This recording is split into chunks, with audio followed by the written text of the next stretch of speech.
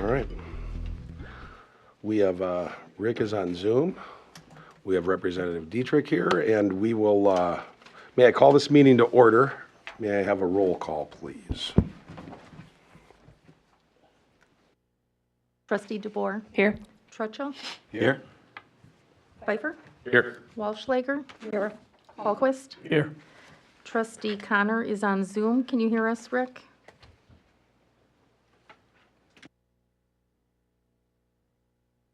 Will be connected via Zoom, and President Fanner still. Here. If you'd all rise for the Pledge of Allegiance led by Trustee Truttschel.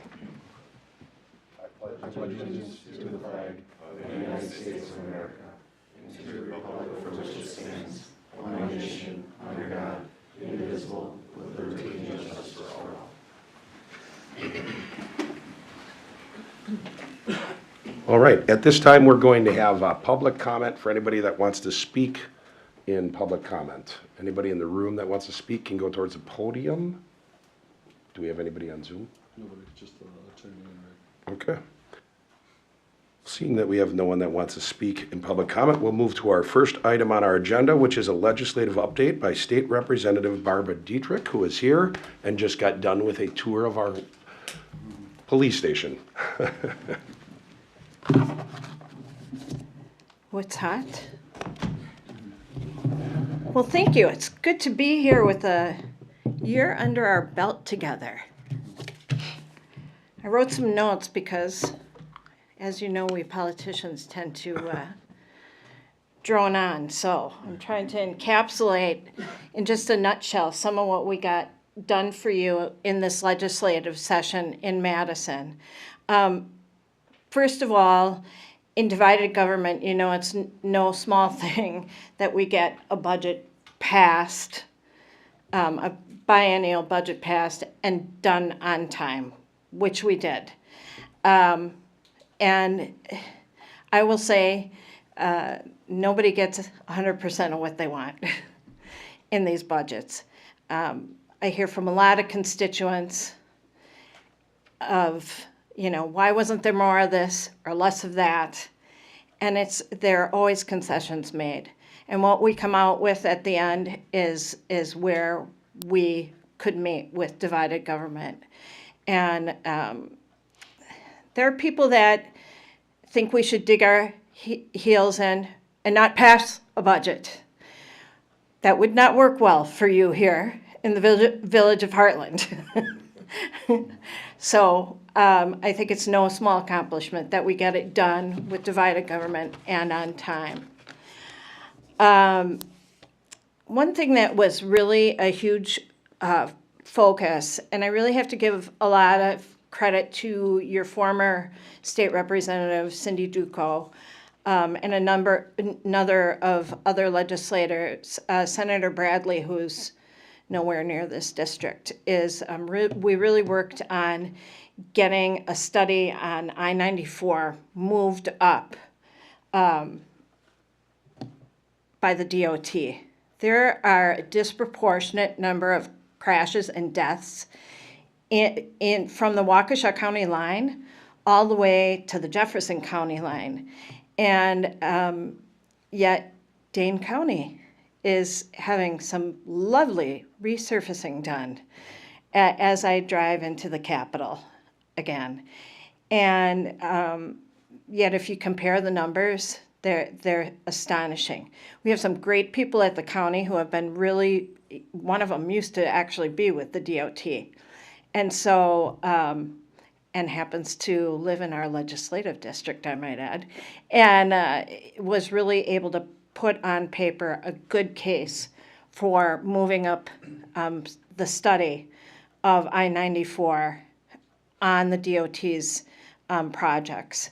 So, you know, nothing ever happens with those big road projects quickly, but it'll be studied, and then from there, what happens, it's not going to happen for at least another 3 years that you'll see action on that. But it moves up the timeline for it, and it's much needed because another lane's needed in both directions. When you see that merge from 3 down to 2 lanes, you're seeing a lot of congestion and people just are not careful.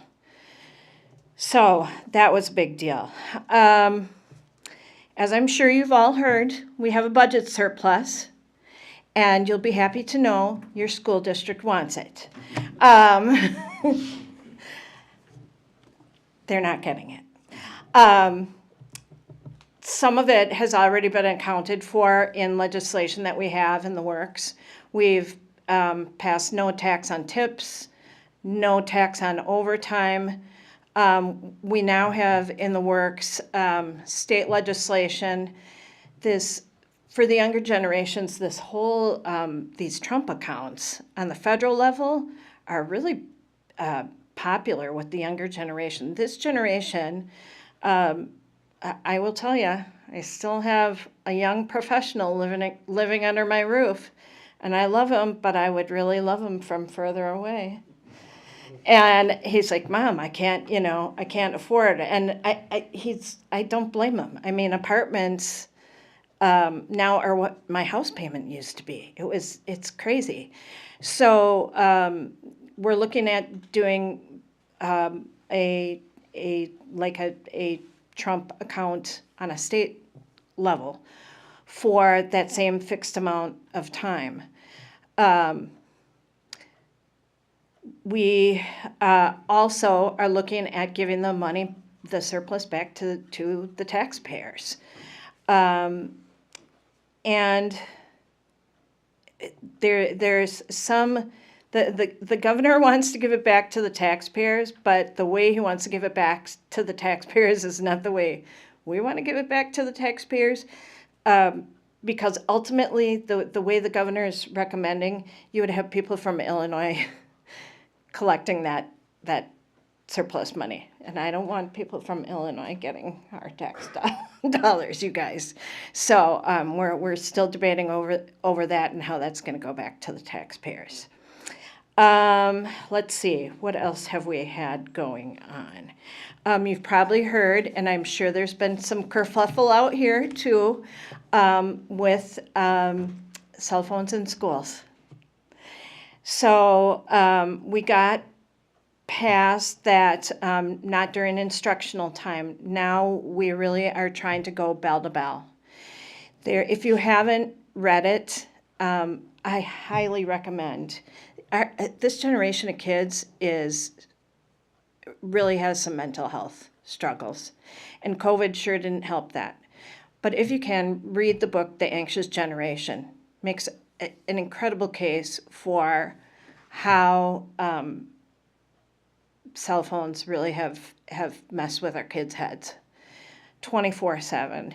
And we're finding that academic achievement improves and mental health improves, getting these cell phones out of the schools bell to bell. There's less bullying, there's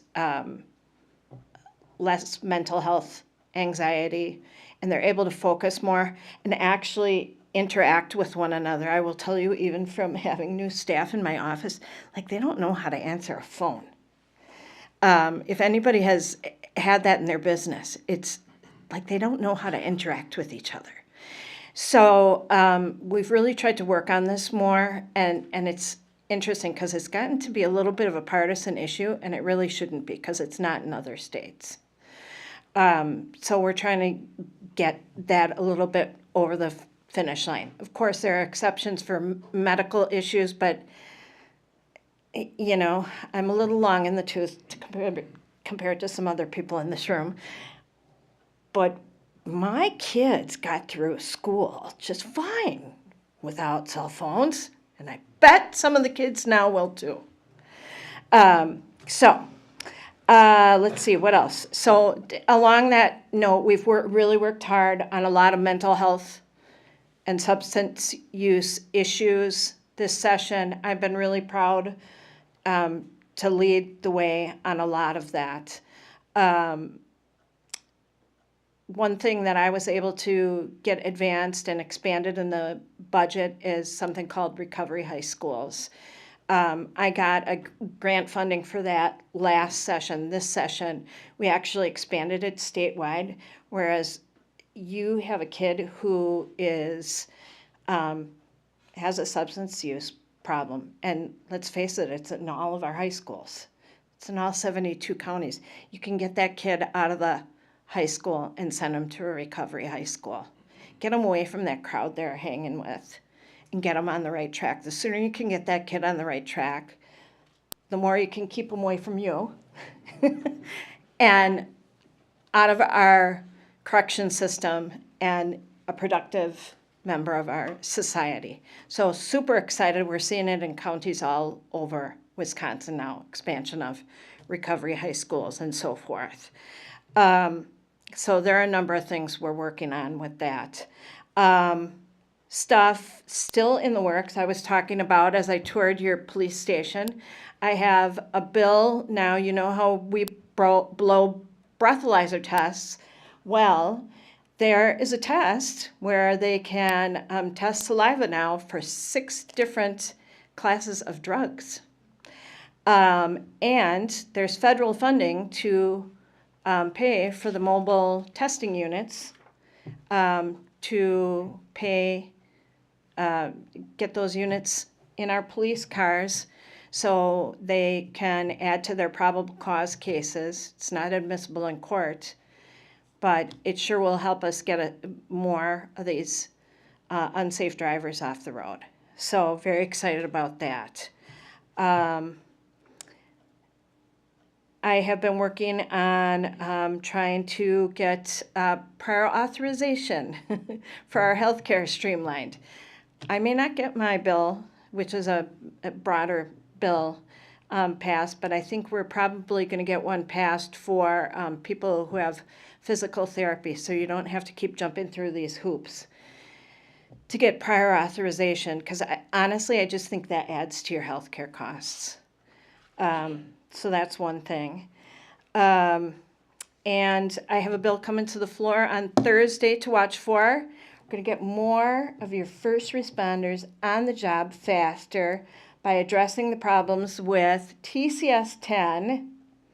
Get these sponsored candidates you have to the top of the list and in the classes at your technical colleges, rather than having to wait for whoever gets into the class first that's a local student. It's kind of a technical bill, and our technical college president has been giving us a little rough time about it. So we're going to pass a bill and put it in front of the governor and say, help us get our first responders trained and on the streets faster. So that's one thing. One other thing that I think that is highly controversial in this area that I just saw was direct referred to a committee for a hearing this week is the wakeboard or wakeboat issue. I have gotten plenty of emails about that. And I have told people that I'm going to wait until I see the bill before I, get on or vote for a bill. I didn't even have the opportunity to get on a bill. It was direct referred to a committee. So we will see. That's going to get a hearing. It's written by Representative Rob Brooks, and we'll see how that goes over. From what I understand, it would require you to be 200 feet away from any other boats and shoreline and piers. That's all I know about it at this point. So I will be looking into it more so I can respond to constituents, because I'm sure people will have a lot to say about it. That has been a very hot topic in the Lakes area.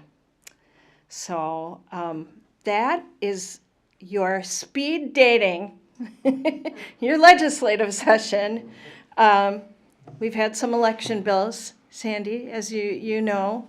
I always turn to our clerks for feedback, and Sandy's been wonderful in keeping in touch, giving feedback on election bills and whether they will work or not. One thing that I think has been really helpful to know on the legislative level, the chair of the committee that runs elections and campaigns really refers more to county clerks. They're not the ones running your elections. It's your municipal clerks. So I really appreciate hearing from our municipal clerks about what are the technicalities, what's just an impossibility to get done in a certain time frame for elections. And so our municipal clerks have been really very faithful in keeping in touch with me on that. So, any questions? As long as you have me here?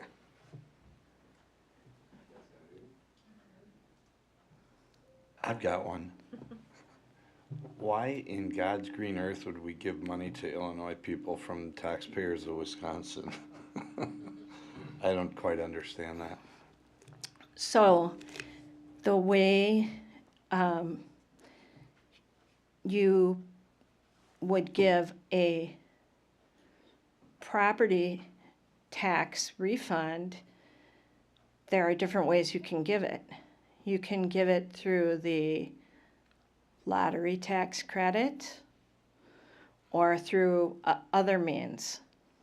If you give it through other means, it's going back to every property tax, anybody who owns property in Wisconsin, which means if someone from Illinois owns property in Wisconsin, they're going to get that money back from our surplus. Does that make sense to you, Tom? Yeah, I think if they're paying tax as a property owner in the state of Wisconsin, then I guess that does make some sense. But I don't think that's what our state surplus should be going towards. So better to pay it back through your lottery tax credit, which only goes to Wisconsinites. Does that make more sense to you? That does make more sense. All right.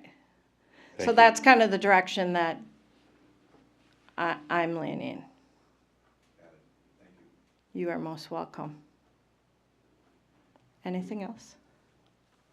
We had a chance to talk, obviously, because we were on the tour for a little bit before we came up here, but I guess I do want to extend. Do you have any questions for anybody up here? I know we kind of went over quite a bit. I was able to tell Representative Dittrich about all the things that we have coming up here in Hartland, especially our police department and things that are going on with the future of the fire department and those kind of things. But if you had any questions for any of us, feel free. No, one thing I am leaving out in case you haven't seen, Representative Duco and I did sit down with Arrowhead and the feeder schools, what was that, like a week ago or so, to talk about the consolidation legislation that's out there. The consolidation legislation is optional. And there are incentives built into it because, some schools carry debt, so why would they want to consolidate with other schools, correct? So there are mechanisms built into the legislation to soften that. And it's a step down built into it so that it would lessen the harm of taking on a school merging with a school that had debt. So we sat and there were 5 different questions that the group had for us that we answered. And being the new kid on the block, you're only the new kid once. So I said, so I have to ask, where are you all with the notion of consolidation? And nobody had asked that question before. And it got quiet, and then it got very unquiet. And I will tell you, I was emailed by the superintendent, and I've been emailed by the superintendent more than once about eliminating choice schools. And I assured him kindly that that's not going to happen. It's too popular in the state of Wisconsin. And we're making policy for the entire state. And while Arrowhead has a fine educational reputation, not everybody has that opportunity. And one size doesn't fit all. That being said, I think many problems could be solved if we weren't paying for multiple superintendents and their staff for single schools. And I think until there is an acceptance of that, we're going to be stuck in the same situation, and that does affect your village. You know, it does. So if you have any questions, I'm always open to discussions. I'm happy to work with people, but there are ways we can work together and be fiscally responsible about what we're entrusted with by the citizens. And sometimes that means we have to make tough decisions. I've had to make them, you know, so.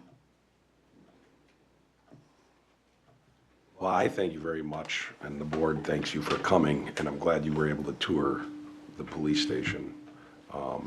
And obviously, I don't know if you have any handouts or anything, but I know people can look it up on the website too and look you up to, if they do want to contact you to be able to talk Anytime. about different things. So. Anytime. I sit down with people who don't agree with me and don't like me, and you know, I mean, anybody who wants to talk like a mature adult, I'm happy to sit down and meet with.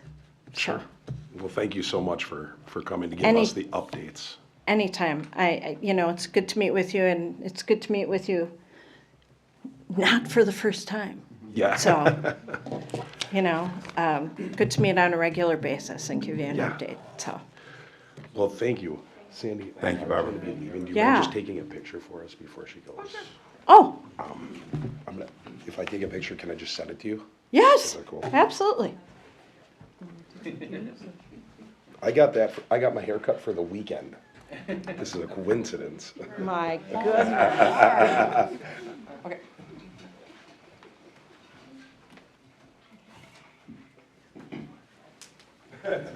You saw the wide open door, just turned my face red. Oh.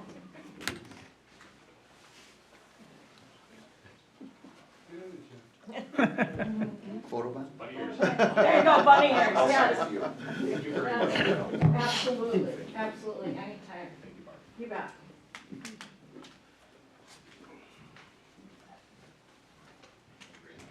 You bet.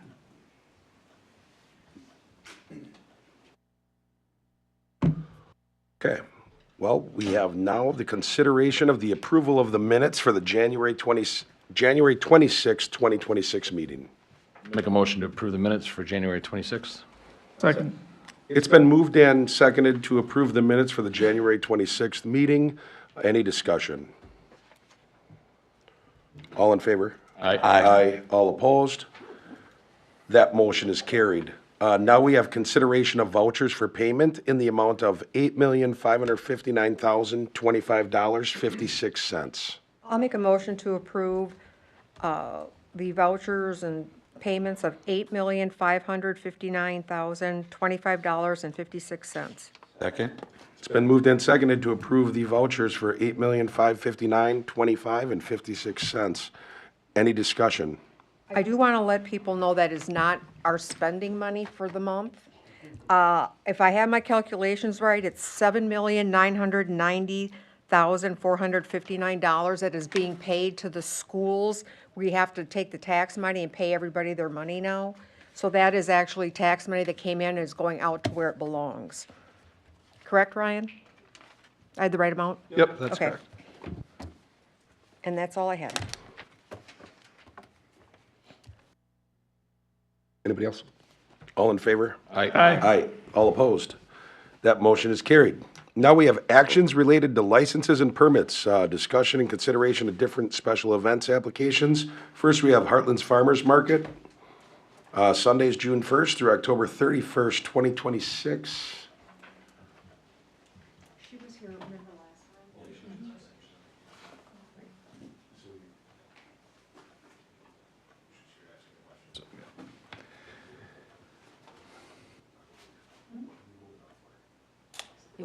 We didn't, it wasn't. Oh, on the yeah, it agenda. wasn't on the agenda. Okay. We met last meeting and. It was just not on the agenda. Right, we had opportunities to answer any questions and ask any questions. Yep. I'll make a motion to approve the Hartland Farmers Market, Sundays, June 1st through October 31st, 2026. Second. Been moved and seconded to approve the farmer's market for June 1st through October 31st. Any discussion? All in favor? Aye. All opposed? That motion is carried. Now we have Bark River Bash. This is by Kiwanis of Greater Hartland. The Bark River Bash will be held on May 2nd, 2026. We do have representatives. Jim, the floor is yours. Jim Minzenberger, 182 Warren Avenue. And if she chooses to speak, my wife Lynn. Yes, we're doing asking to do the 6th annual Bark River Bash, and hopefully you all have been familiar with this event in the past. We pretty much have the same roster of things that are going to happen. There's going to be a canoe kayak race that starts at Centennial Park, goes down to Nixon Park. There's going to be the duck derby, or the little duck race that's there. Some inflatables. There's going to be some music in the band shelter. We're asking for both the Fine Arts Center and Shelter 4 in our request here. We're trying to work with Beer Snobs regarding the beer garden. I know that's up to you guys to approve, if they can have that extended date, but if that happens, we would include that in the event as well. In the past, we've had a vendor, craft fair. There was some issue that came up when we were at the park board meeting, just some question regarding if that craft fair would need individual solicitor licenses. That has not been required in the past. And so we were hoping that didn't need to be done in the future as well. We do know that in the past, the food vendors were, needed to make their individual licenses or whatever. And so I think that's pretty much the rundown. Like I said, there's not too many changes from the other 5 that we've done. I guess I know we didn't discuss, but you've also allowed us to put the over the street banner, over the years. So I just wanted to. Did you already talk to the people operating the beer garden about? So we talked to Stephanie, and they are interested. Okay. But we knew that you guys have that yearly contract or whatever with them, and so It's on a Saturday, right? And it don't they says have- Saturday the It's just May not, 2nd. it's that it's Is it not the open yet, hours? but we changed that a couple is years ago May to allow 1st. staff to make that decision. So their contract Remember the additional days? starts May 1st, and your event is May 2nd. Okay. So as long as it's okay with the village, it's included in their agreement. Yeah, It's If up it isn't to- staff, we made it that staff Correct. can change those dates and just has to let the board know. Okay. Am I correct? I'm The quite date's certain fine, I'm though. correct. Yeah, that's, Yeah. and any special events, she does reach out to me, and I do have that authority to approve if it is something, but this wouldn't be an issue. So she would just go in early then, right? Yeah, because typically they start just before, the week before Memorial Day, so usually they wouldn't have been started, and according to their, contract, they have to notify if they're gonna be open on any days that are outside of their normal schedule, so this would be, Their schedule starts the day before, that Friday. their contract Is that what starts you the said? day before. Yeah. Yeah, Okay. we allow them May 1st through October, but it doesn't mean they're open that whole time, it's just, Okay. that's the weather So of the they just season. have to say yes or no to Jim, right? Yep. Okay. Yep, correct. And then they would just let staff know, so kind of like you are right now. A couple more things Oh, yeah. that we discussed at the park board. One, and something that as a board we have to discuss as far as the solicitor's permits, which Sandy did put that in our packet. Although, and then Jim also is going to have vendors, and I believe, what's their fee, $25? We charge Is it- 25 per booth, yeah. Okay, and so then, they're charging $25, and then Kiwanis is gonna take that profit, and they're gonna give it to the library, I believe, this year? I mean, yeah, Okay. proceeds from the event. And so less they costs. are asking to waive the fees as well. Since they're a nonprofit, then they are giving the money back to the library. So I just wanted to throw that out there. I also had a question on, and this isn't for you, Jim. Okay. It was not on actually this event, it was on another event that's coming up in here that I had a question, but it refers back to this. If someone is selling something in our parks, don't they have to have a seller's permit? Yeah, so we haven't done that. The way our code is written is kind of poor. Truly, it's a solicitor's permit that we're talking about.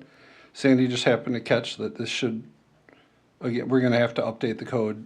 If you're having a special event, to have 50 vendors get a solicitor's permit would crush Sandy and the event. Okay. So I think she's just asking that everybody waive those fees for the solicitors. We've never had it for any of these events. And then we'll get something updated in the code shortly. So what is the charge for, Well, solicitor's permit is $100, but that is more intended for door to door, and it's good for 6 months. okay. So we're talking about, a 6-month period versus a 1-day event, so. And is it different from in the park versus somebody coming to my door and selling something? Yeah, it is. It's part of a special, But this that- is not my the- opinion on not how the I way see the it. ordinance is read right now. Correct, but it's part of a special event, and that's why the special event has to come to us. That's how I see it. I get that. I'm looking at the broader spectrum. I want to make sure that we're covered, that we're not saying, well, we have this event coming, you want to come and sell T-shirts or hankies, whatever. But yet you can't come back tomorrow and sell the same thing. Correct, they Yeah. can't. It'll be I think we attached. need to maybe tweak our ordinance. I think that's what Ryan Yeah, just said, I is we know. need to tweak the ordinance, but the special event, like on the special event permit request. Oh, $100 The a reason that it piece is has to go crazy. through the boards is because, now let's even say, and I'm gonna use them because we know that you wouldn't, and you've done this event quite a few times. Let's say Bark River Bash came to us, and let's say they did not have any of these solicitors on it, that's where we would have some teeth in going back and saying, hey, you left out a lot of stuff you were gonna be doing, because that's all part of letting us know everything you're doing for know. the special event. And to your point, if someone was selling T-shirts, toothpaste, whatever, if they were selling gadgets, even little things that say Hartland on it or something, and they just come and set up in the park, Yeah. that isn't gonna fly. Because they would have no permit. In this case, it's got oversight of the boards and an organizer, and they have the special event permit. And I'm just going, I think, a step above that. I just want to make sure we're covered coming and going on that with our ordinance. Because I can see a couple holes in it. No, I think we addressed that, we Yeah. need to address the ordinance, but are you trying to say that you're worried that someone's gonna sell something on that day No, and then no, come in no, a no, week no. later and No, say, I I'm see? talking in general terms. This just brought it to mind. No, right now, essentially, nobody can sell anything anywhere without it. If anything, it's very difficult for anybody to do anything. That's where, Right. and I'm just gonna throw, that does come down to opinion, because people go through park board and people come through village board, and that's also broad on that thing that says, if the village, it's kind of up to the discretion of the village board and the park board, so if we're allowing it, that's just my opinion, and you're right, you could dissect it and go both ways if you're in a court of law, and be like, well, what do you mean, no one's allowed to sell anything, where I would say, well, we looked at it, we reviewed it, there's a permit fee, there's, Right? I mean, for example, I was there one day and there was a lady that backed her van up and she took it out and she set up a beautiful display of rugs and stuff. And she was selling it all by herself in the parking lot. at Nixon. with a permit. No, And when you called the police, what'd they say? I don't know if I called you guys or the office. I don't know.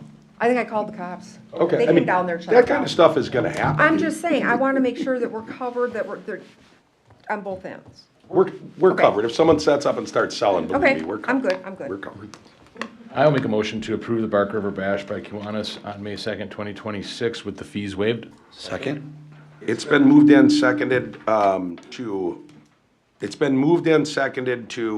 approve the Bark River Bash and to waive the fees for May 2nd. including them having the vendors as part of their event. Jim, you're not gonna like me for this, but we don't always agree on everything.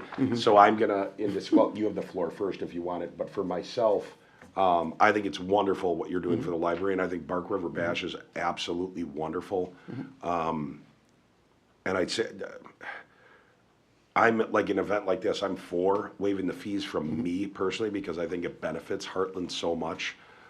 Part of the reason that I'm always I'm still gonna vote for this, but part of the reason that I don't like to waive the fees is I understand you're giving it to the library, but it doesn't give us any money back to cover anything that DPW does. Because obviously our special events permit, we don't make it like what the actual cost will be. And like in this event, so it'll just go to the library.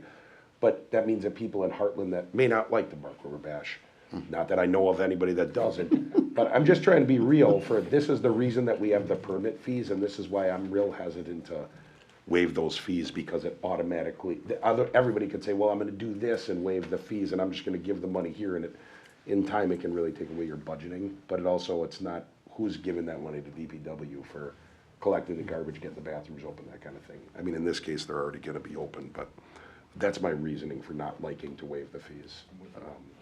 Are we waiving all the fees? It sounds, yeah, the request was made to waive all the fees. That's how the motion was made. I mean, that wouldn't cover the food vendors or anything like that. We're just talking about, Food vendors are, well, no, That's those are just separate, included yeah. as part of right, the, so, those are, the food vendors are included as part of the, I consider it, my opinion is that the food vendors are included as part of the event. You've come to the board, you've asked, in the past, they've been, Food Yeah. vendors need, the mobile food vendor permit. vendors need to come through and show me a restaurant license and their proof of insurance. So I have been permitting those in the past. So are you having outside private food vending other than Kiwanis? Yes, so, That is your intent? yes, so in the past, I think we've maybe had 2 or 3 of them. We put on the application possibly just 5. correct me if didn't you have like Creole Cafe and Yeah, stuff Creole like Cafe, that? correct. So they had to come in, they came and got a one-time food vendor Yep. permit? I Even though they believe didn't so. have a food truck? I thought they don't pay. That's what I thought. The They, food vendor permit. she mentioned that she had, so, Oh, okay. I mean, I understand, I mean, Yeah. I'm not gonna sit and read it right now, I'm just saying I didn't recall, and in past years, I thought it was because it was, I mean, obviously, this is to help the village of Hartland. I'm just throwing in that I thought that, we were looking for the waive of facility costs, rental or, application, and that's about it. And then we just wanted to clear up the solicitor license thing that came up. That's all we were and looking. solicitor, I think we got that one Yeah, done. yeah. So according to the, The food vendors keep their money. Their profit. Correct. that I know. Yeah. Yes, no, I got That's it. why they're separate. So They- the rental fees are what you want? Yeah, the things that are on the park board application, basically. Fine Arts Center and the pavilion. Yeah, okay. So the food vendor application, the permits that they go and get, you want them to still pay it because they're That- keeping their I money? mean, that's Yes. your guys' thing. Right, right. Okay, so for clarification, it's the park rental and the Fine Arts Center rental. That's what's being waived. And the special event permit, but not any food vendor.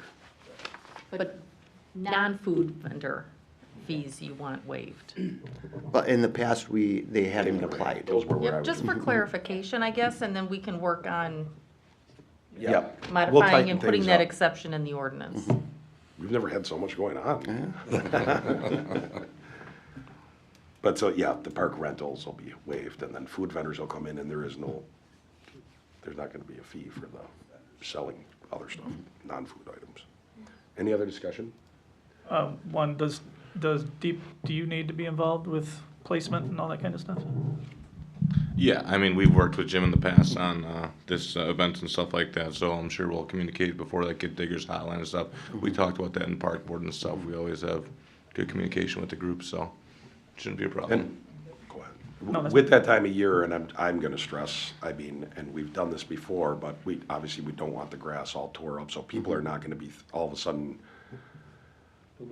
driving onto the grass, right? No. Like if they are, that would have to stop, or you'd have to make a call to be like, And we sorry, can, man, we you're can gonna be work with them repairing on that.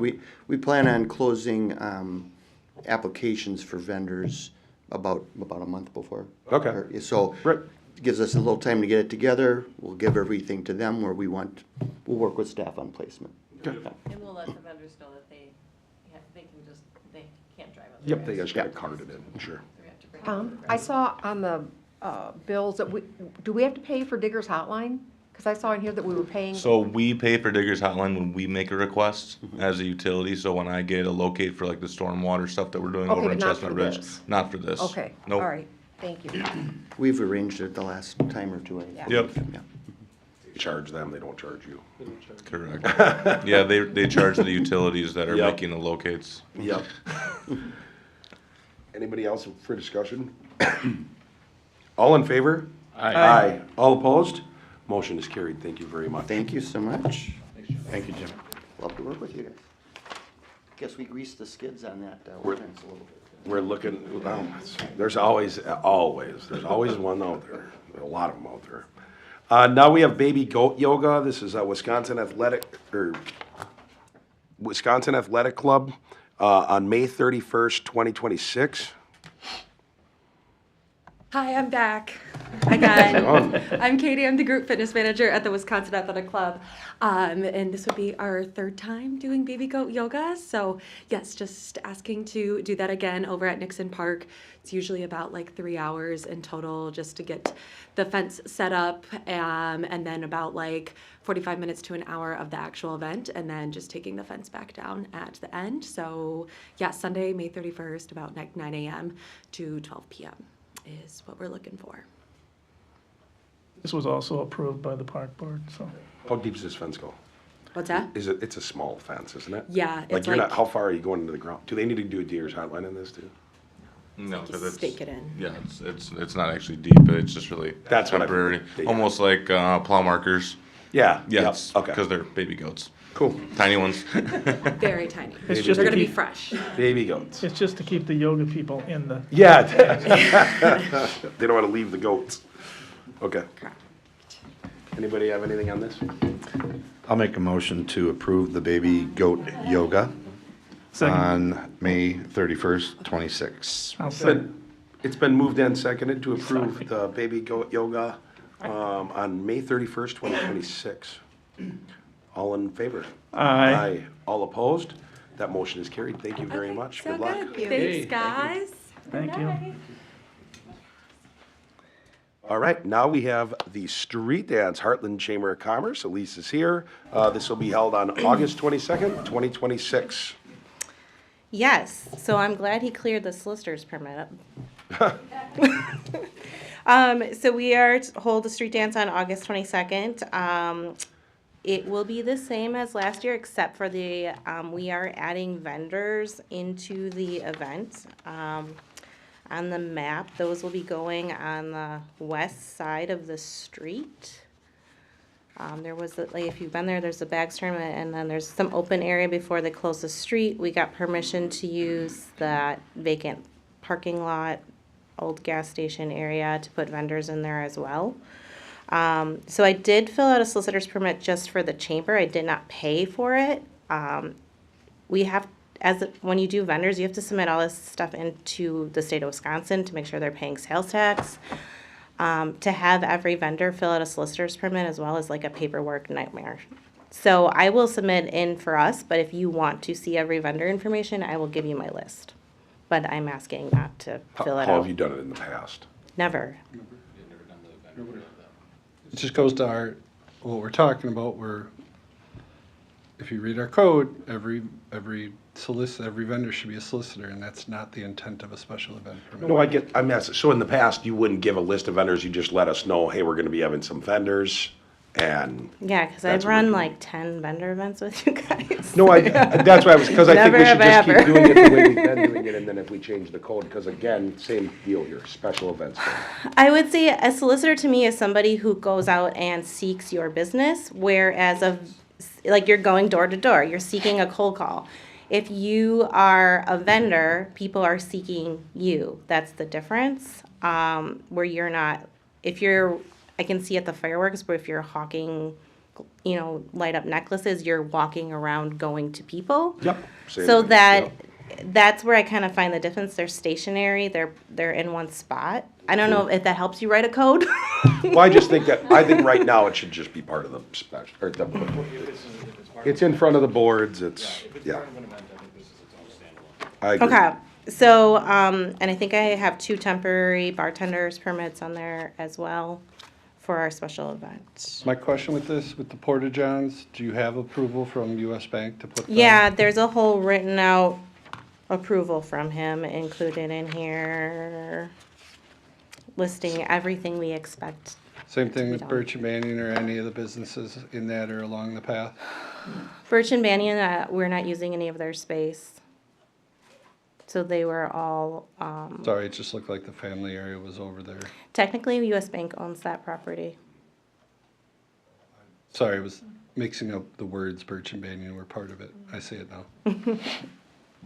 I asked him not to. I said it, and he's like, no, Birch and Banyan has permission from us to use that spot, so. I would say is if you're having any food trucks, I don't know if you are. They have to Yeah. go through the normal food truck So process. that was, last year, anyone who was inside Hartland did not pay the $25. Is that the correct assumption? So if it was like Creole Cafe, The whole point of the event is promoting I mean, I think so. Right, I did not require, they're an established business, and I did not With a require proof of their restaurant license Mm-hmm. for the event, so. do they still need to fill out the permit then? I don't think I did that last year. I don't recall. I'd have to look at your file Some of for the food that. truck thing, at least, and I'm trying to go with a big one, but let's say you got some taco truck that was from wherever. Okay, like, let's say it was from Waukesha, they would want to come in for it, Yeah. for their permit, but yeah, if you're getting one of the Heartland businesses, it's And already so an last established year, I believe business we had all of them filled out everything. We just didn't pay the $25. Can I speak? Yeah, Can you go to the podium? because you were in charge of the food last I year. know, last year I was in charge of the food. Last year, we did not require the food permits and everything from our Heartland restaurateurs. Okay. It was only the ones that came in. Yep, Okay. on the that was site. my understanding on how it's been running. All right, perfect. That's awesome. August 22nd. I will make a motion that we approve the street dance by the Heartland Chamber of Commerce for August 22nd, 2026. Second. It's been moved and seconded to approve the street dance for August 22nd, 2026. Any discussion? All in favor? Aye. All opposed? That motion is carried. Now we have the Summer Market Series, Heartland Chamber of Commerce. This is Sunday, June 14th, July 12th, and September 13th, 2026. So this is a new event that we are doing. It will be at Nixon Park for these 3 dates. I am proposing, I just came to a conclusion on this, that September 13th is Fall Fest, and I do not want to compete with Fall Fest. So I'm proposing that I change the date to that to September 20th. So, just as I was putting in my calendar, I'm like, oh. So, If we were to approve it, I think that, and I mean, I'm not trying to put too much on staff, but there are certain times where I don't think it's like, yeah, I have to come to the board. If you were to all of a sudden change something, you can go to staff. You know what yeah, I mean? well, If I also- know I would like to do this now. For what date is that, the 20th? The September 20th instead of September 13th. Okay. So this setup would start at 9:30 a.m. The event would start at 11 and go until 3 o'clock. We got the park board to approve us using 20 spaces in that lower parking lot for our vendors. The idea of it is that the vendors, I can promote or, so if you're a chamber member, because a lot of these people probably will not be members of our chamber, if they are a member, they could get an opportunity to pick a space. Obviously, I would think those spaces where you can drive your vehicle in would be a higher market. to want to do that. Obviously, we want to grow our membership, and that is something that I thought might help us. Once again, that solicitor's permit was in that special event permit. The idea is to have vendors event at these 3 days. We are gonna sell it as a series, including the fourth one being at the street dance. So that they could either pay for one of the days, or if they wanted to do all 4 events, so these 3 at the park and then the fourth one at the street dance, they could pay for a chunk of all 4 of them. Just got a question for Tom and whoever was at the park board. Was the intent that that bottom parking lot stays open during this event? So Do you yeah, have the intent was concerns? that to stay open. The concern there, because what am I looking here? That's where I was getting at, is if people pull in those spots Yep. and are selling outside of them, how are cars gonna navigate They're going to be around? selling off to the grass. That was a discussion point that we had. This kind of started off with a lot of these vendors selling out of the back of their vehicles and putting easy ups over. So that's how they trailer a lot of their trinkets, if you will, or whatever they're selling. That's a hill. Yep. Yeah, I mean, that's the only area that we could do this and keep it in the parking lot where they could move the vehicles. That was a concern that we talked about, but that's kind of the only area that we can do it in that parking lot and still have police and fire vehicles get through there in case anything did happen. So they would have to have the lines going out into the lawn and the grass. So that was discussed, along with, Elise said that she was gonna be talking to Stephanie from Beer Snobs to cone off that area, so that we don't have issues with people parking there. People get there in the early mornings and they'll park over there, they'll walk the Ice Age Trail and stuff like that. I don't want her to sell all those spots out per se, and then have to call PD and try to get someone removed or anything like that. So if they could cone off that area and kind of work that out. But I do see what you're talking about, Ryan. We looked at that parking lot. That's the only area we can really stick it. We can't stick it in the middle because you'll have the same thing on both sides of it. So, and to keep it down by the beer garden and that central area using the path, I just wanna make sure, cause parents, kids, everybody are still gonna wanna use that they're gonna be able to get around. I didn't know that. Yeah, totally. I mean, Yeah, they would have to back in and then pop up on the grass. When we were in initial discussions with the farmer's market, that was one of her non-negotiables. That didn't work out this year, but I feel like this is giving us an opportunity to try it, at least at a lower risk, and see how it goes. World. How does this impact the beer garden that day? She's all for it. Is she? Yeah. Okay, so she's gonna be, so you're not gonna be selling liquid? No, she will be our beer vendor. I haven't discussed with her what she wants to do with food, but I would hope that she might open up, if it gets to that point, open up the possibility. She has food, I know that. Yeah. Does Should still be she has first right of refusal with food, correct? She does, but for clarification, I do want to say, because I think it's very important, and I feel like people don't realize this, or that there's some confusion on it.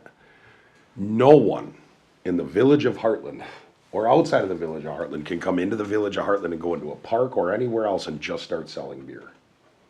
Just to clarify. So even if the chamber all of a sudden decided, we're gonna sell beer out of the back of this car, they can't. What? No, but I'm just saying they can't. There's an actual liquor license for the beer garden, so we're covered in that. I mean, they would be all having a field day with it. If they had it. They wouldn't be enjoying it, but they'd be like, oh boy. But no, realistically, seriously, no one can. It's a very highly regulated substance. The beer garden can do it because everything's in place.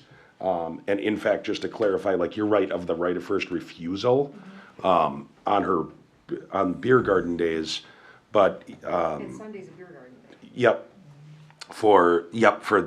those would be beer garden days. So yes, like we've done with Pat in previous years, I would say yes, that we would have to tell them, you need to go and work with that person. Now, if the beer garden's gonna be open anyways, cause they can't just close. So, but yeah, they would wanna work with the beer garden. Okay, I just wanna make sure that's,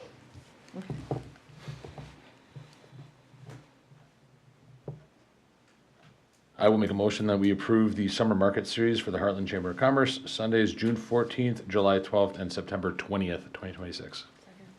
Second. Been moved and seconded to approve the market series, June 14th, July 12th, and September 20th. All in, Oh, fees? huh? Fees? What about them? Addressing fees?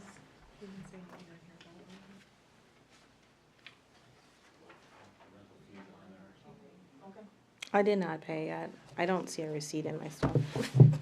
Well, some people wait till after it's approved anyway, so you good? Good. Yeah, so they're paying fees, just for clarification. Okay. All in favor? Aye. Aye. All opposed? That motion is carried. Thank you very much. Thank you. I'm gonna ask for a recess real quick. I'll be right back.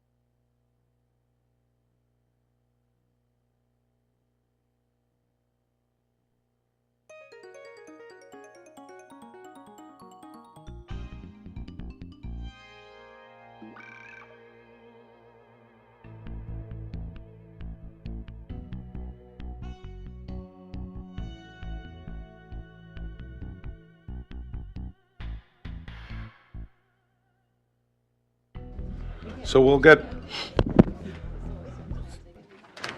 so the item that we have now is a consideration of a second reading of a bill for an ordinance number 01/20/2026, an ordinance to amend chapter 30 of the Village of Hartland Municipal Code pertaining to court. It says on the agenda, with possible waiving of the third reading, I'm gonna ask that not be done. If any, I'm just asking that it does not be done, but. I think Brian might have little bit of an explanation. Yeah, so again, this all came forward with Palmyra wanting to join the Lake Country Municipal Court. This went between the first reading and the second reading when somebody from the city of Oconomowoc noticed a misspelled word. So it went back to their lawyers who made some small changes, semantics on how it read.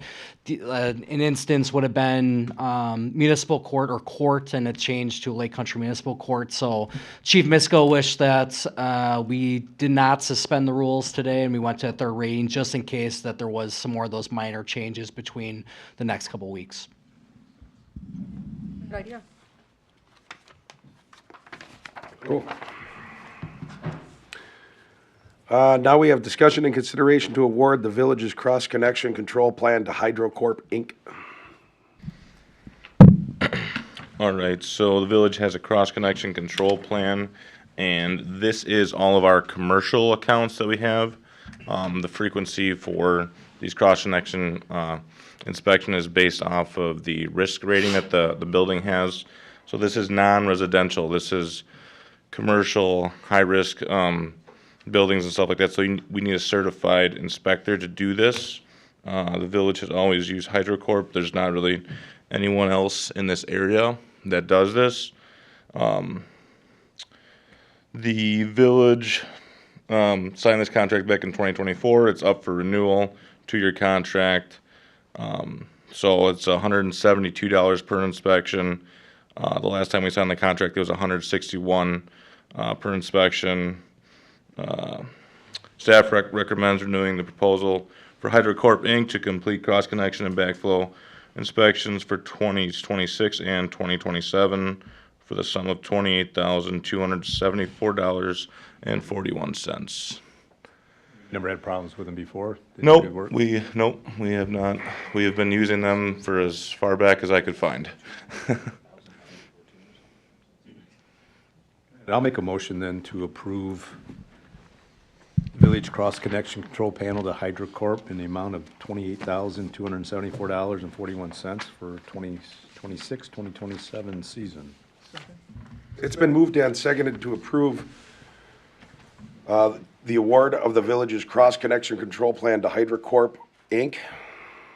Hey, Tom, I have a question. Yeah. It's $172 per inspection average cost, Yep. and it's 28 grand for the 2 years?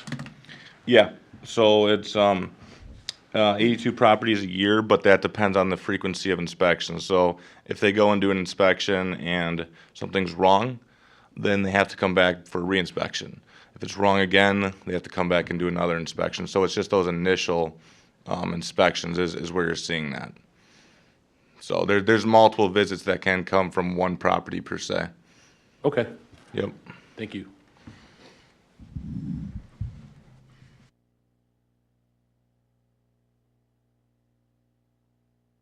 All in favor? Aye. All opposed? That motion is carried. Now we have review of conceptual plans for Haight Drive. So we've talked about this for a couple of years. This drawing is from our engineers, Ruckert and Milky. I'll get into, there's a resolution we're hoping you can approve that goes with grant funding for this.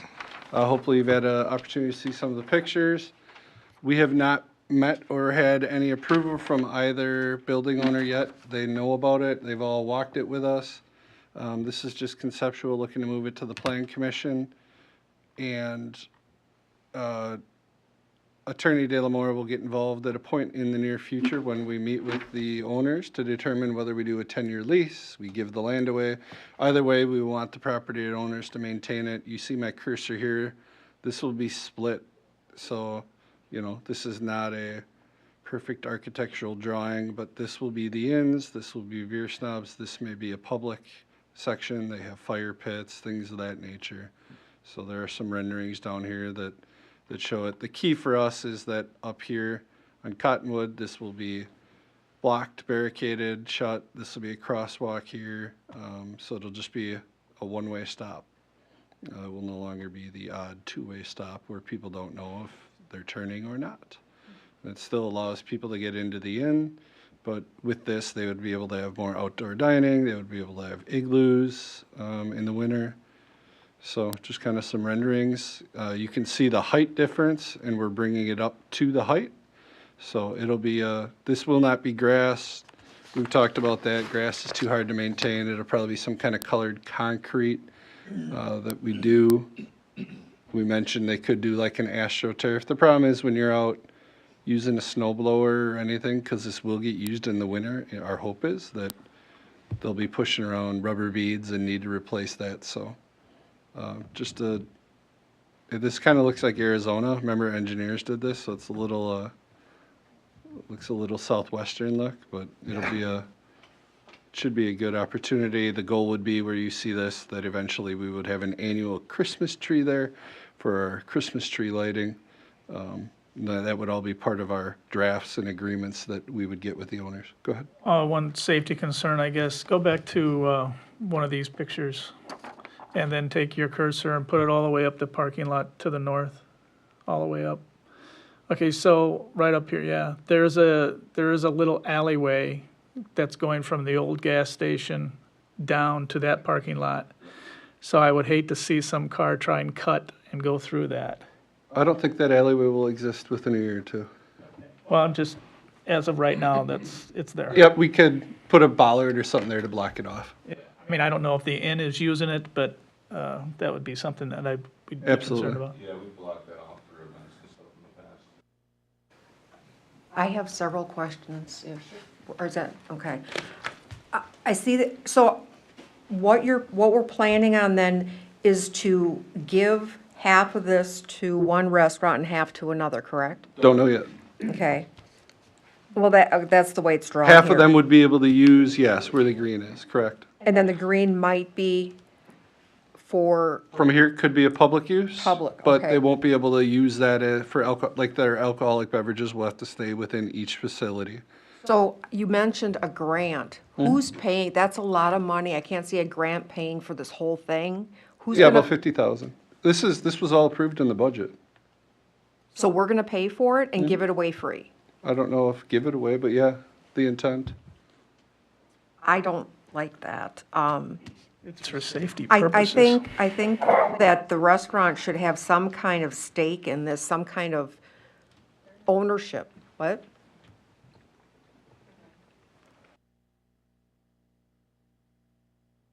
If the grant pays for everything, because like you said, you're gonna have to raise it up. Isn't that what you mentioned, raising it up? Yeah, I mean, so Okay. this is in the budget at 250,000, 50,000 of that, and this is all cash on hand. This is not borrowed money. I guess it was an opportunity to get some revitalization to our downtown. Who's gonna be responsible for all the upkeep? The two property owners, that'll be in the agreement. And what about the public area? That would be in the agreement as well. For who to do it? Them. The green area? Everything on here would be maintained by those two property owners. We have not had the opportunity to sit down with them yet. Yeah, nothing is like drafted.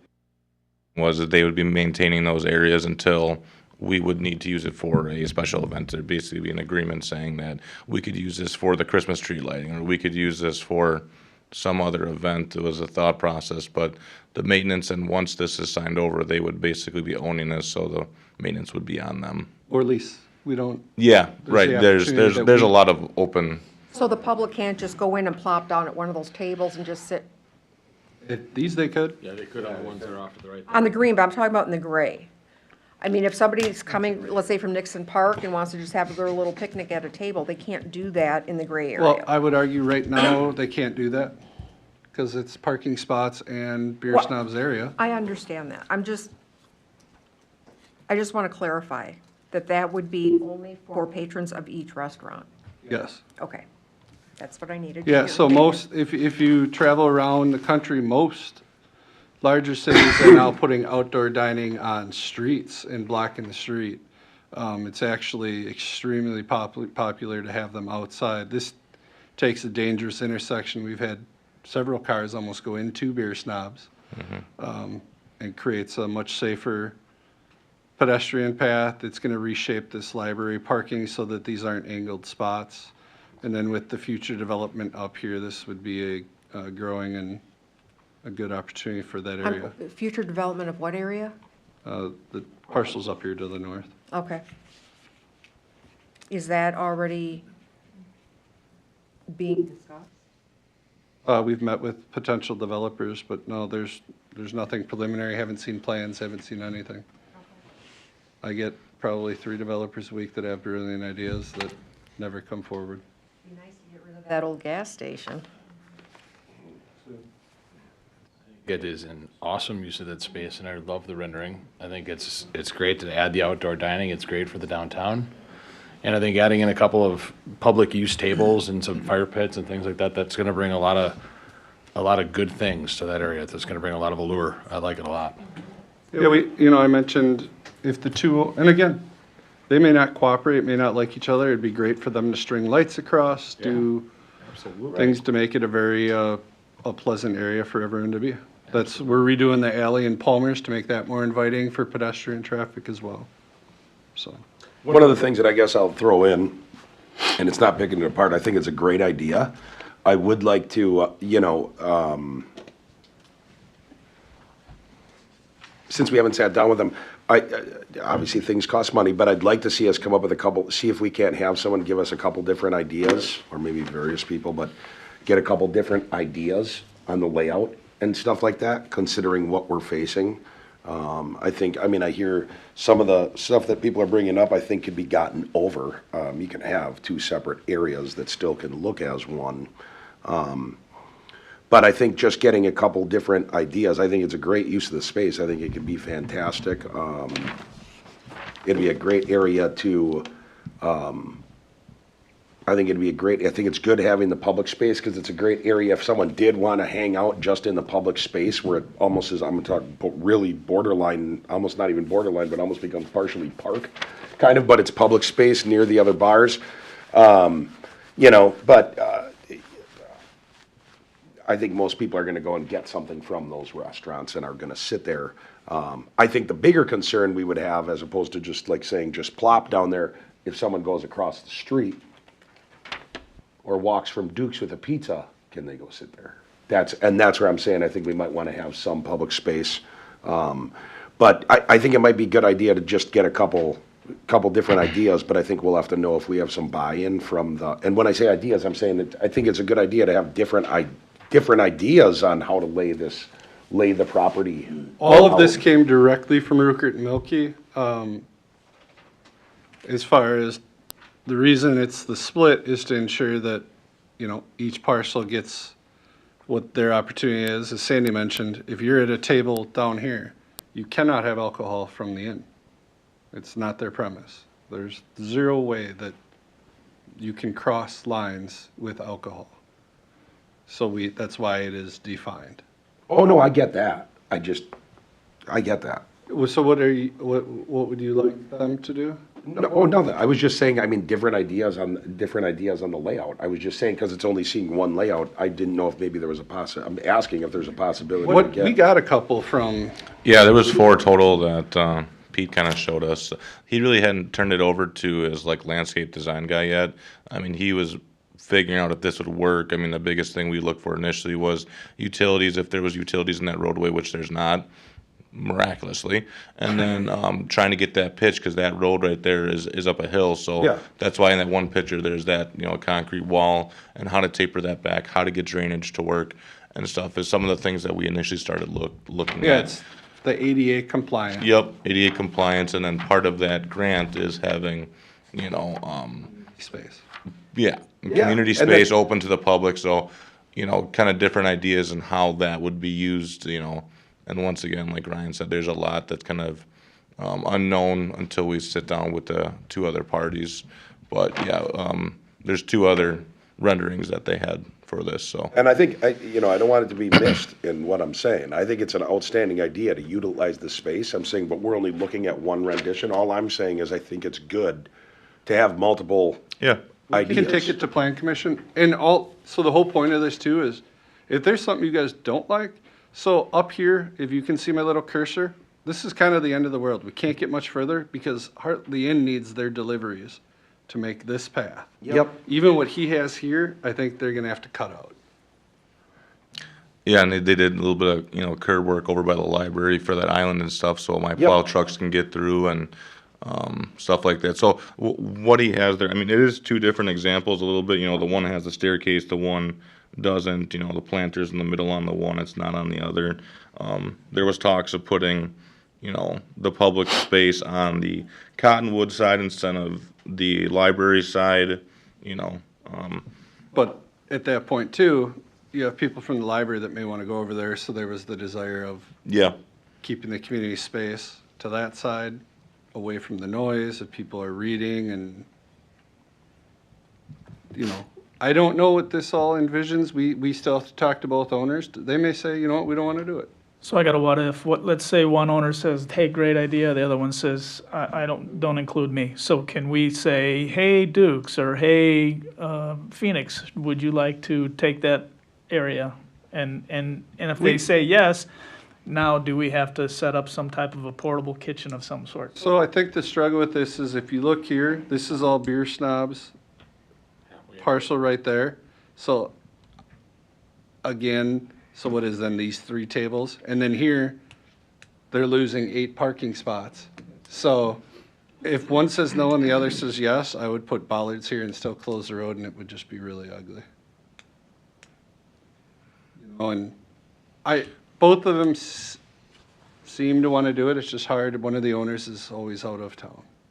So we're trying to get a meeting, and we have a certain timeline to get the grant in, which we did today. And this meets all that. We talked for a while about this all being a public area where people could order from any restaurant and have it delivered. But again, right here, we're taking away from Beer Snobs where they already have 6 or 7 outside, and we're taking away from 8 parking spots from here. So I would encourage any of you to share your ideas. You know, we talked, this could be like, you know, an acoustic I was gonna say band, like a small stage area. but both owners are gonna, you know, Right. so it's, Well, that's the tough thing, because there's 2 owners, and I don't want it to get lost on one of, I'm just saying I'd like to see a few more ideas. Someone else looking at it might be like, and I mean, I'm not a designer, I'm just saying, yeah, I and would I'm like- not. This was. I would from like the- to see some other designs on it. I think the idea is good, I think moving in this direction is good. I am a little bit worried about, like, if people are gonna be getting busted, like, and I mean, this isn't getting down on PD, but if someone's telling PD, you have to go and bust them if they have a glass of wine from the inn over on these tables, because I mean, I'll guarantee you right now, it's gonna happen. But what we're getting at is, let's say Beer Snobs is packed and they start taking over these tables, the inn's gonna be not too pleased that customers aren't using their tables. So if Beer Snobs is packed and all these tables are gone and people start getting drinks and going over to their tables and taking their seating, they're gonna, I don't disagree. I don't disagree. Yeah. I don't disagree. That's what I'm saying. We I'm need to hoping do they all some work together. investigating to figure out, you know, how to do this. Because they do it in other cities. I've watched it happen. I've seen it in Dallas. I've seen it in many cities where they do things like this. Even including their I've seen outside seating where it's all on both sides of the street. It's all the way down the street, and you know, they kind of just opened it up where people can take and they can put out the tables, but they only have their area. They can't take over the whole block. That's kind of how I see this. So with the picture that we're looking at, that's why I wanted to see a few different ideas. I mean, and it almost might make it easier for everybody, including PD. But you know, the inn might have different tables and umbrellas than Beer Snobs does, but as long as it comes out looking aesthetically pleasing, that's awesome. But I think the idea is really good, and I think it'll be really good for our downtown. So I don't want to be taken like I'm disagreeing with anything. I just think we need some more ideas. And what I'm getting at is, let's get those to the board. Remind me tomorrow. We'll send the other diagrams that Pete sent. They're extremely basic. Yeah. These are not CAD drawing architect. That's not Rupert and Milky. I'm not a visual guy. Like even this is as good as it gets, which is pretty rough. But it's good enough to get the juices flowing. It's pretty good to get the ideas, yeah. So, but it's really broad. It is. So I don't want it, like I said, I'm for it. I just want to see some more ideas because this is only one. Only thing we would ask then is that this resolution be approved that gives us the Vibrant Spaces grant opportunity. You know, there may be multiple things. Someone may have the idea. I'm just throwing these things out. Again, I'm not a designer. Someone may have ideas that are like, hey, put shade over some of both sides of it so people can have the opportunity of sitting under shade, and then let the village build that or whatever, but let them put the tables underneath. It's all going to be, or maybe we just stay away from that. I'm just saying, that's what I mean about different ideas. I've seen it different ways. You go to a restaurant or go out on a deck and there's umbrellas, and then there's other areas where, you know, they got stuff cantilevering over. And I think it's that's just throwing around ideas. That's our hope. We've been trying to get both the owners together because I agree, those sunshades that kind of hang that maybe don't need umbrellas. Yeah. Yeah, and this is what I mean about just having some ideas, because when we would have to come up with a contract, all of it's going to have to be in there because there's, you know, or not, we're going to have some type of an agreement, you know, but it's definitely doable. And so this, what we would be looking for is the approval of the resolution and moving this to the Plan Commission for their conceptual review next week. Is the resolution on the agenda? Yep, it got added Friday. She amended it. Okay, because I did not see that. Okay.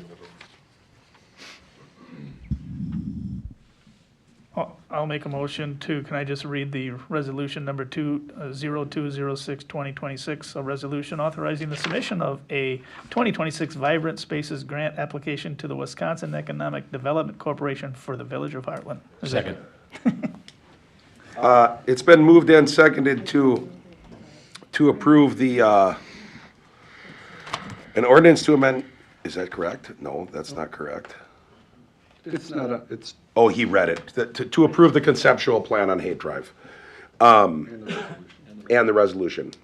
And I'll say this, and if any of you want to come to Plan Commission, you can, like, when this is on there, like I say, this is very broad.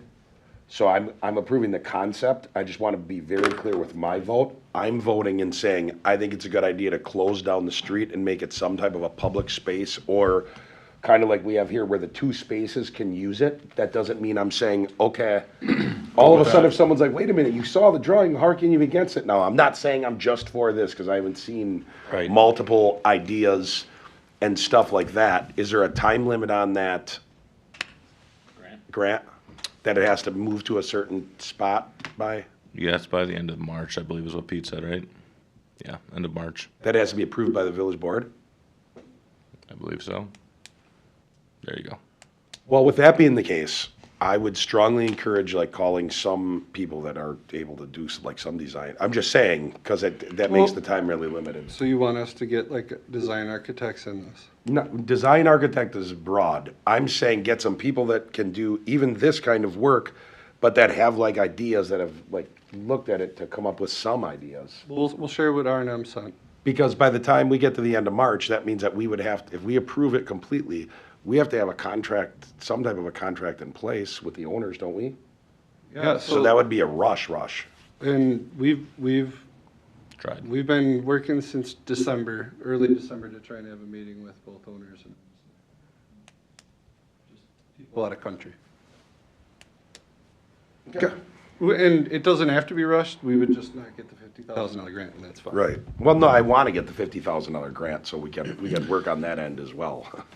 What can be done so that we get the $50,000 grant, however, whatever. Yeah, I mean, and if this Like I said, was- I'm all for it. Yeah. I'm just saying I want to see other ideas. It's Yeah, kind of and like if someone was that's what saying, I'm- what kind of houses do you want on this subdivision? To be like, hey, can you show, I mean, but then it's a gonna developer ask just for 'em, doing it yeah. here, it's Hartland doing it, so. And if this was to get pushed to next year for some reason because of nothing could happen, this grant is also available next year, but we were really encouraged to apply by the people that were given the grant because there's a low application rating right now this Right, year. right. So that's Okay. why we're trying to get it through this year because let's they're figure it basically out. telling us this is a good idea. And that's what I'm we saying, let's think it's get- gonna go. Like, these are the times where I feel like people they need to jump and get after it. Yeah. We will, yep. Anybody else for discussion? All in favor? Aye. All opposed? That motion is carried. Now we have discussion and consideration regarding the 2026 hometown parade route and time. Yeah, if you recall, we left this, give you guys a couple weeks to determine if that's what you wanted to do. I reached out to St. Charles. They were more than amenable at canceling their 11 a.m. mass, and they will be done and gone. So 11:30 start would be a clear start from Sendex and going into Nixon Park. We would go down Capitol to Cottonwood to Park and into Nixon Park, if that is a route that you guys are fine with, and at 11:30 a.m.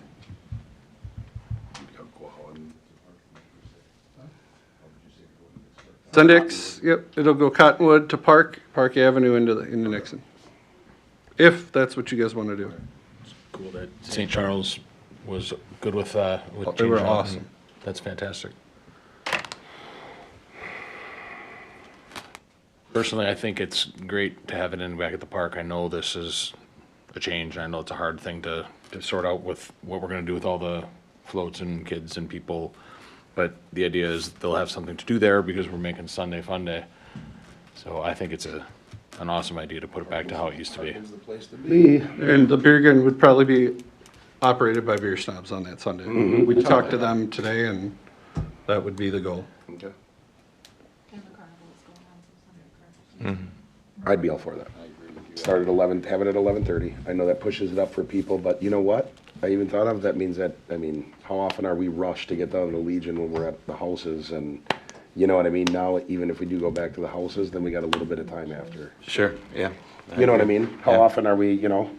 More time. We're like, oh, More We time on talked, at Nixon. we talked at our staff meeting, again, we're just gonna have to have good signage and personnel in place to make sure when people are done with the route, we get them out to Maple to Cardinal, and get them to where they need to go, whether it's back to Sendix or out of town. So, for the people who aren't, and we will, probably have, at the parking lots across from Gristmill, we'll probably tell parents, if you'd like to pick up your children, the kids can walk through Nixon, cut through, and just meet them at that parking lot outside of Gristmill after. So, because kids can't walk back to Sendix, obviously. One question I have about the park side of this thing, Ryan, with regard to beer snobs and the beer tent, and we were kind of kicking around at the last meeting about running the beer tent as well on Sunday, doing maybe like a fundraiser kind of a thing to maybe one of the local, maybe the hockey club, I don't know, just, you know, just throwing a dart.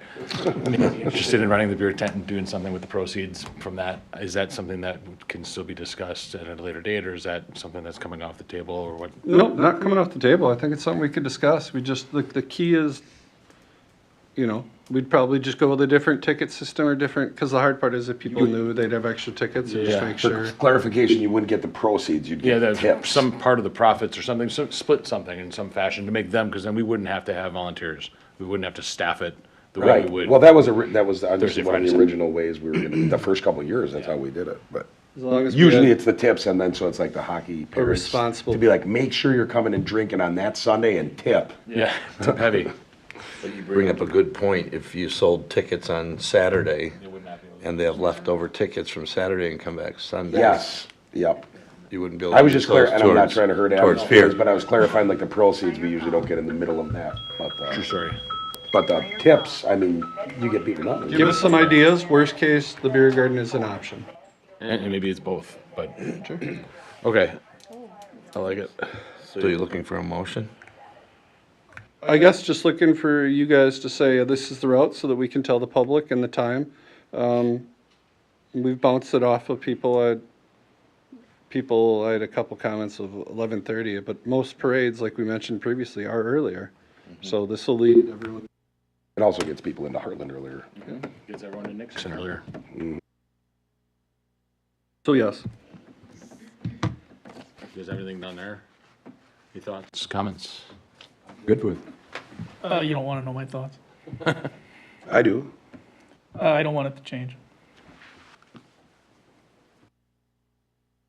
It just makes it so difficult for the people for the floats, if you want to call it that, to get back in any length of, without waiting, I should say. I mean, in the past, I've heard it all about how come I have to sit here and wait. So it just makes it a lot easier going in a circle, but you guys do what you want to do. But I think if you want to get people in the park, you just advertise it, that's all. Have people at the beginning of the parade, people in the middle of the parade, people in the end of the parade holding banners or whatever. But that's just me.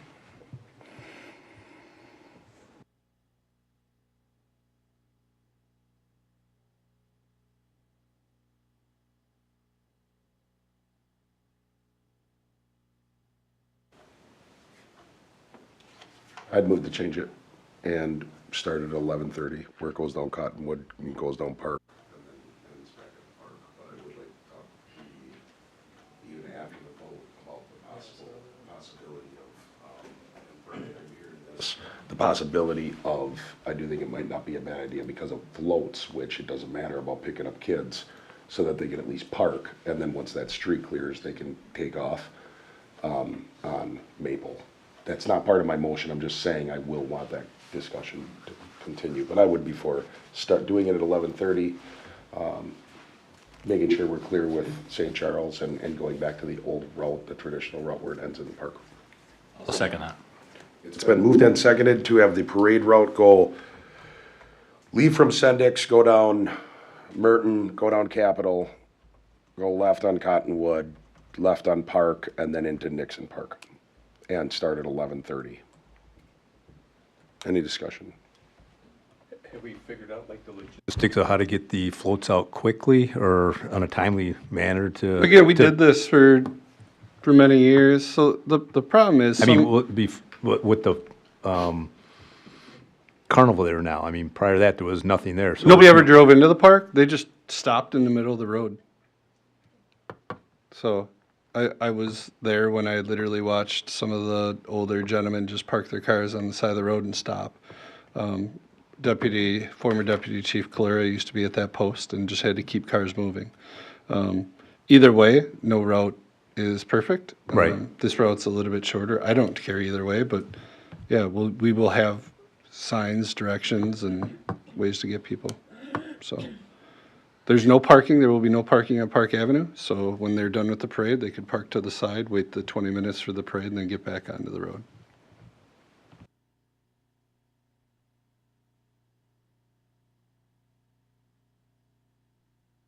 It wasn't a carnival, it would be no big deal, but the purpose of the carnival is access, and are we kind of like impeding the access? And This to predates Tim's me, point. but that's a good question. I'm sorry. Finish, Rick. I'm sorry. No, I'm saying would it be impeding? And hey, I'd like to go, but man, it's a pain to get in here, and I'll go somewhere else and come back, and maybe I won't come back. So with the carnival, if that's the whole point, it could be a deterrent more so, just depending on how well we get logistics in and out. Logistics and how well we make it flow. Yeah. So it predates me, but in Hartland, but when I was younger, there was the carnival was here. And the parade ended where it's going to be ending hopefully again then. And I don't know how the logistics of it work because I was really young, but I know that's how it was done for a really long time. And the carnival was able to proceed and things were able to happen on Sunday. So I feel like we've come a long way, and I think we can probably do this really, really well. But I think it is going to take some thought, and it is going to take some navigating, and we are going to have to lean on PD and help make it flow properly. But I do think that ending it there is going to draw more people there.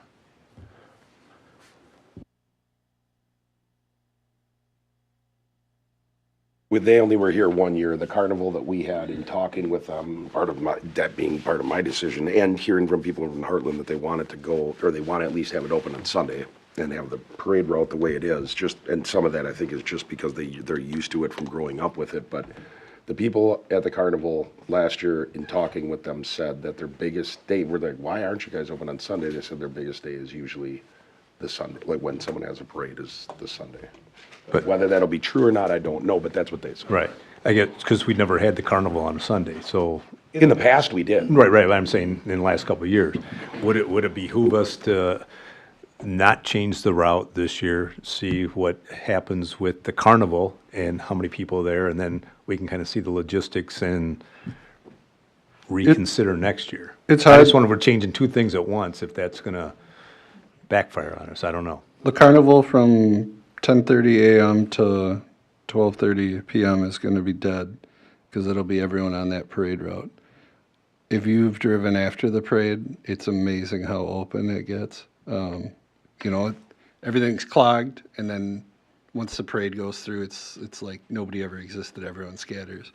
I think the intent is to get people into the park. I think just advertising, telling people along, at his party and his party and all you guys' parties, go to the carnival after. So I think no matter people- where the road is. Yeah, and people are gonna find, if they're committed to wanting to go there as a family, they're gonna find a spot to park and walk on that nice summer day. So, it's worth giving it a try, and, we can always make adjustments if we feel we need to after this year.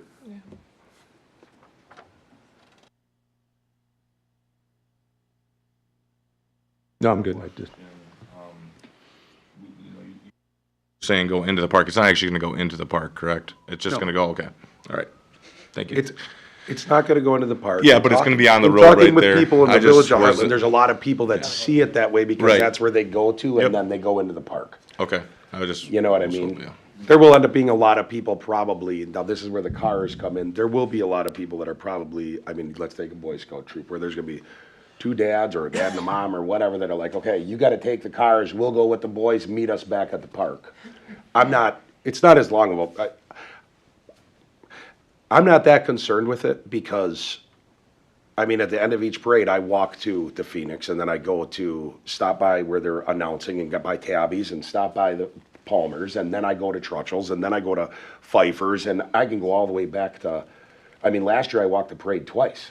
I'm just saying it's not that, it isn't that long. And I mean, people will, like, if someone really is that irritated because they're like, no, I want to go to the parade and I want to get right out and I want to be on my way, you can get out. But if they're like, so if then bring a normal car that you can throw the stuff in, pull the magnets, throw them in and go. Like if you're a politician, if you're looking to build like a, you know, big old float that you'd be running in the Rose Parade, but you're like, no, I want to just take my float and go right now and I'm really upset.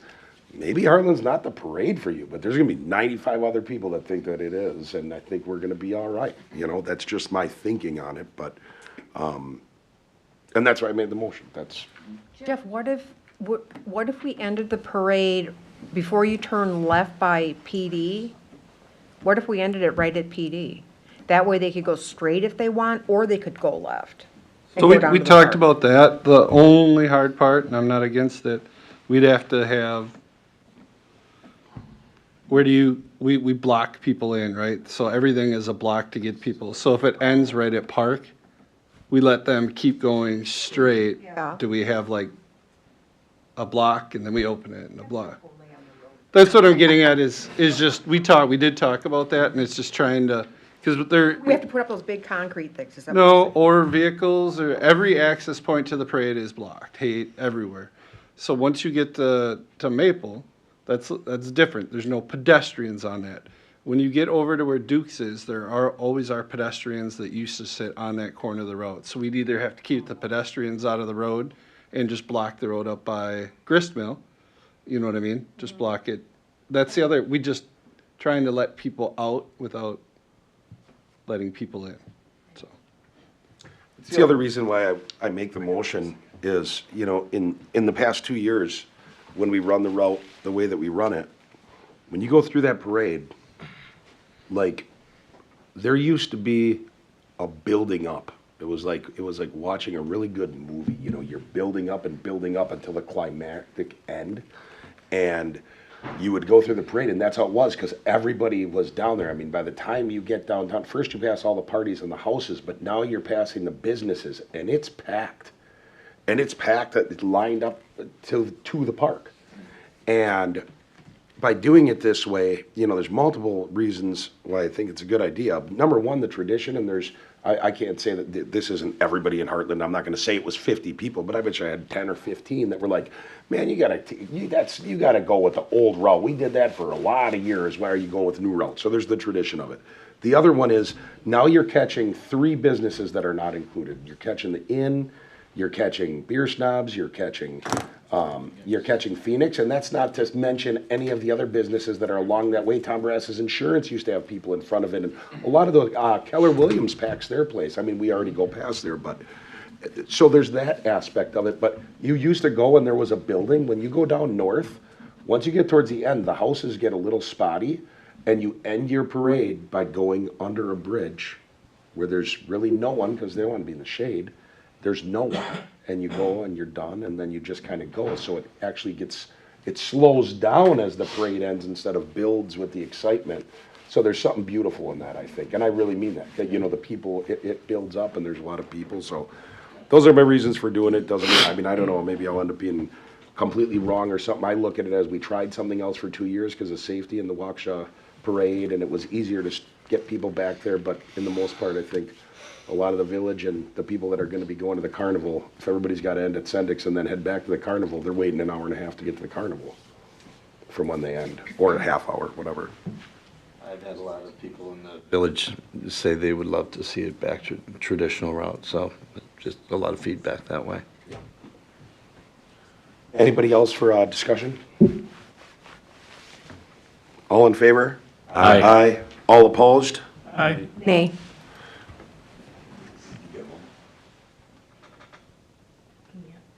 Roll call. Okay, thank you, that's what I thought.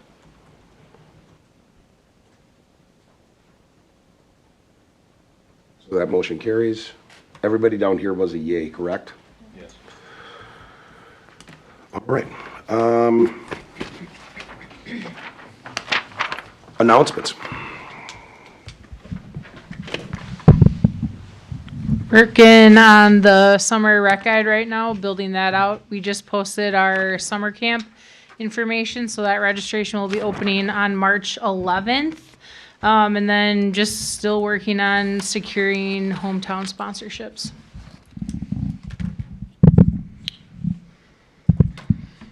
All right, so DPW working together to put the MS4 permit together, the annual report, putting proposals together for our well 3, 4, and 5 rehab, trying to wrap up some of the lift station project I told you guys about last time as well. I want to give a kind of a shout out to the Ice Age Trail Alliance and the Waukesha County Land Conservancy. I met with them last week and kind of did a walk through the Hartland Marsh Preserve. They did a ton of work in there. They had probably over 100 volunteers removing buckthorn and kind of restoring that oak woodlot to what it is, kind of tied right into the work that we did last year on the Cottonwood Wayside. If you get a chance to walk those trails right now, they look like they're supposed to look. They don't have crazy invasive species. You can see across the entire marsh, and it looks really good. We have the Kudos Awards dinner coming up next week, Thursday. And 2 weeks. 2 weeks. 2 weeks. Oh, sorry. 2 weeks Thursday. And 3 weeks? 26. Oh. Whew, yeah, 26. Thank you. That's all I have. Don't forget this week's Valentine's to your wife.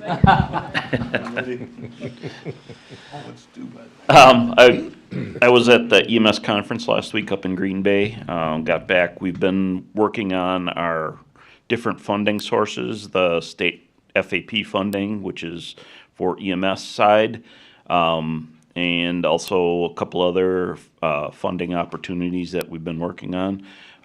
Just running calls since Bob Grazer started. We're going to try and make up those 31 calls we missed in January in the first couple of weeks of February. So other than that, that's about all.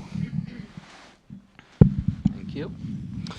Applications are now being accepted for the 2026 Lake Country Citizens Academy, which is every Wednesday from 6 to 8:30, starting on March 25th and ending on May 27th. So please share with anyone that may be interested. And those applications can be found on our website, and they're due by March 15th. The police department is waiting to hear back on our body-worn camera grants through the federal government. There's a new body-worn camera grant that just became available for small and rural police departments, which we also be applying for.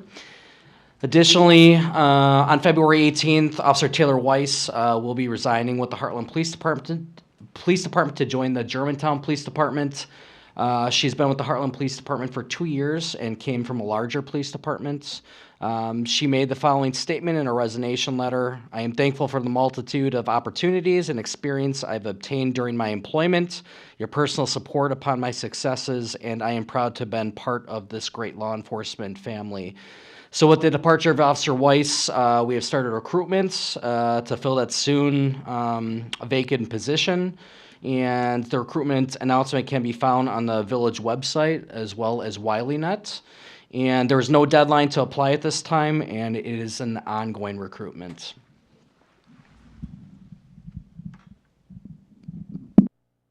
Thank you. I have nothing. I'm good. This weekend is the sleep out. Should let you do that, Tom. At the Legion Hall, I'll leave the rest up to Tom. Because he's going to be sleeping in the parking lot.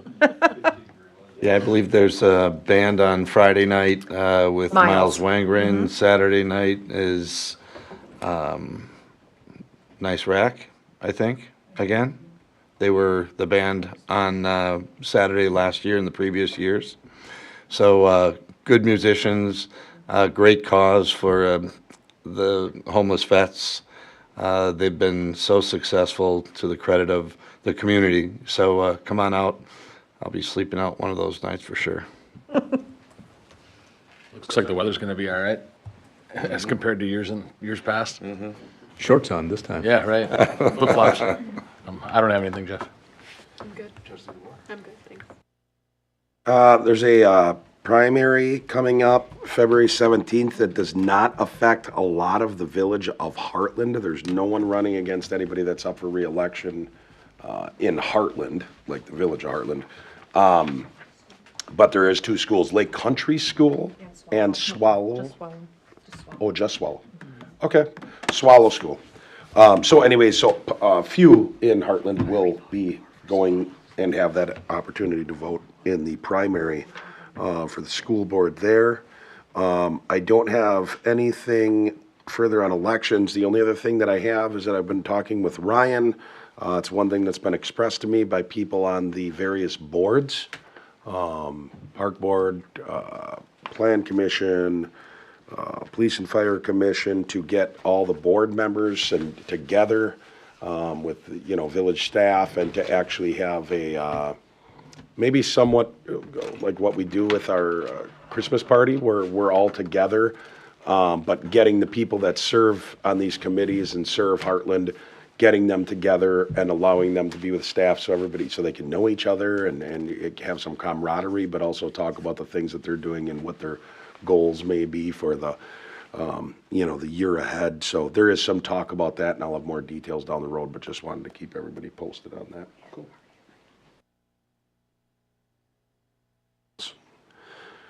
So with that, the board may convene into closed session pursuant to Wisconsin statutes 19.85, section 1E, for the purpose of deliberating and conducting other specific business whenever competitive or bargaining reasons require a closed session, namely to formulate a strategy to allow for the possible sale of village-owned parcel whose address is HAV 0727143004, or more generally located at the southeast corner of Maple and Hartridge, in a manner that will maximize its taxable developed property value.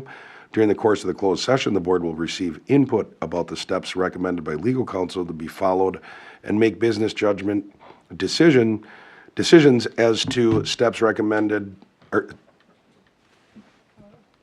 decisions as to how it will proceed to turn the lot into a productive tax revenue generating parcel. And two, also in addition and pursuant to Wisconsin State Statute 19.85 1G, for the purpose of conferring with legal counsel for the governmental body who is rendering oral or written advice concerning strategy to be adopted by the body with respect to litigation in which it is or is likely to become involved with respect to two parcels located at 550 Hartbrook Drive, in conjunction with current negotiations regarding procurement terms pursuant to an eminent domain proceeding previously authorized by the Village Board of Trustees. This would require a roll call vote to go into closed session. I make a motion to go into closed session. It's been moved and seconded. May I have a roll call vote, please? Trustee DeBoer? Yes. Trutschel? Yes. Pfeiffer? Walschlager? Yes. Connor? Yes. Hallquist? Yes. President Vanderstel? Yes. We will take a few minutes and we will get set up for closed session.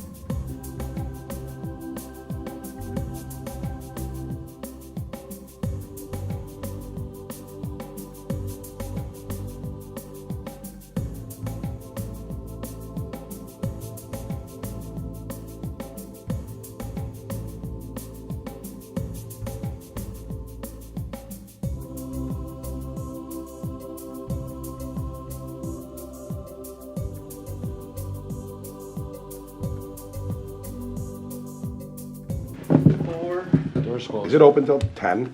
Oh, I won't make it, will I? Quick Trip. Oh, 24 hours.